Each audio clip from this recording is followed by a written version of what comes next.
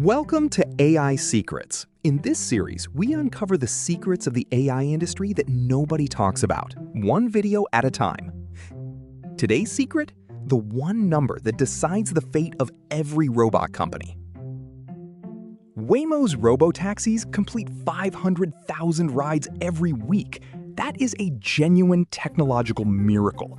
Uber does 275 million. Not a typo, 550 times more. And yet, both companies are valued at roughly the same number. By the end of this video, you'll know the one question that exposes every robot company. It all comes down to a single number.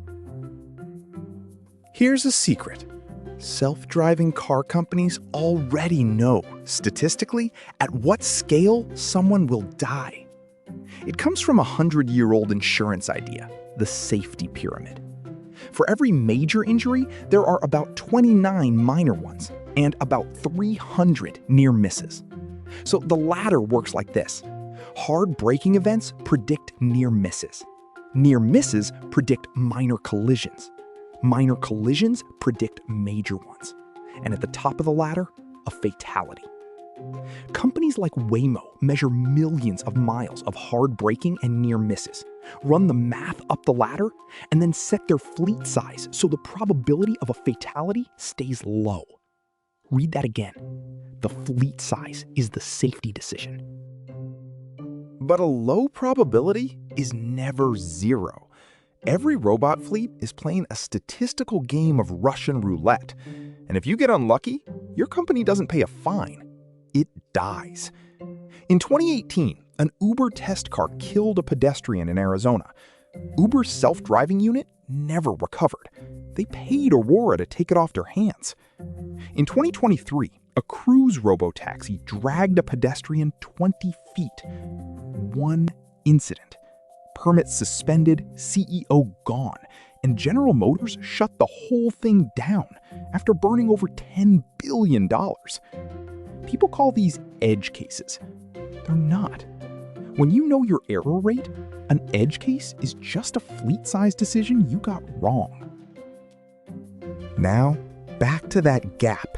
To run at Uber's scale, with the same risk of a company-ending event, Waymo's system needs to get roughly 550 times better. Not 50% better, 550 times. And here's the kicker. Let's be wildly generous and say each Waymo ride earns 5 times Uber's margin.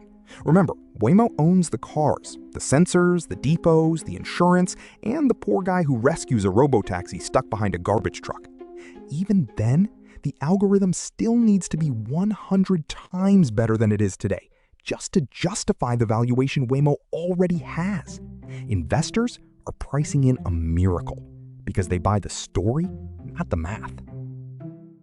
So, is AI overrated? No. And this is the part most people miss. AI is incredible when a human stays in the loop.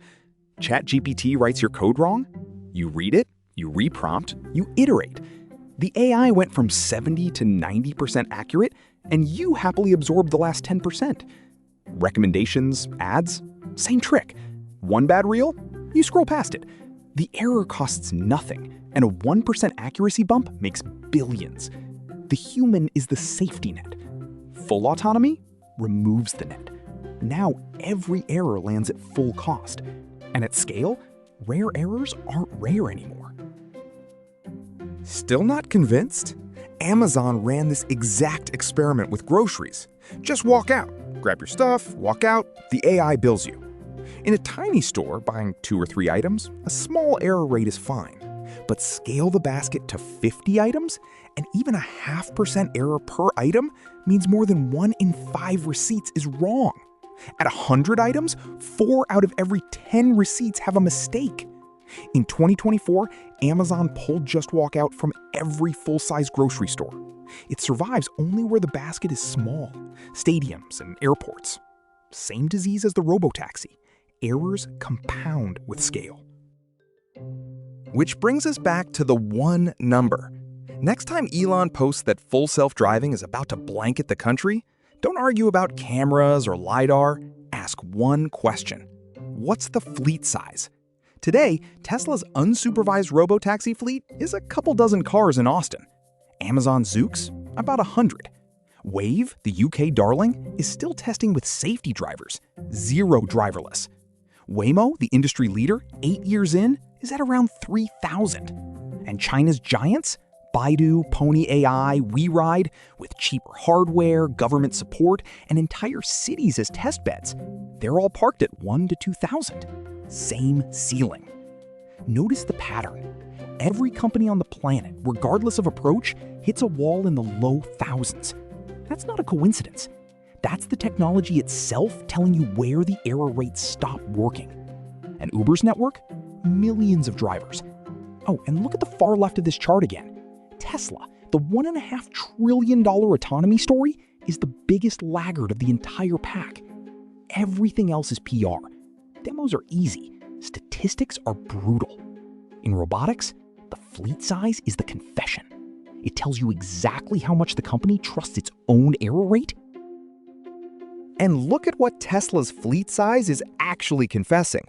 25 cars next to Waymo's 3,000 is an admission that their system is more than 100 times behind. Whether FSD works across the country is immaterial. If the system were ready, they'd be running 10,000 robotaxis in Austin alone. The demand is right there. There are still far more Ubers than robotaxis on Austin's roads. Instead, they're running 25 because the accuracy just isn't there. Now hold that against the price tag. Tesla is worth $1.5 trillion, more than 10 times Waymo, for a system that is 100 times behind. And here's the twist. Elon himself has said Tesla's entire valuation rests on solving autonomy, FSD and Optimus. Fine, take him at his word. If Tesla is its autonomy, and its autonomy is 100 times behind, then by his own logic, Tesla should be worth far less than Waymo, not 10 times more. And the idea that they're somehow secretly ahead? Their robotaxi service has been live for over a year now. You don't need insider data to read their reliability. The fleet size is the reliability report. If the system were improving fast, the fleet would be exploding by now. Instead, look at the trend. A year in, it has barely moved. Still a couple dozen cars. That is not a scaling curve. That is a confession that the error rate has not budged. And before Waymo fans celebrate, look at their curve too. 8 years of scaling. 600 cars in 2018. Still 700 in 2023. 800 in 2024. 1,500 last year. 3,000 today. Sounds like progress, until you zoom out to orders of magnitude. 8 years of the best team in the industry bought them 5x. Not even 1 order of magnitude. And the gap to Uber's 275 million weekly rides, more than 3 orders of magnitude. At the average pace of the last 8 years, a few hundred cars a year, closing that gap wouldn't take decades. It would take centuries. Nobody in this industry has a near-term path to that scale.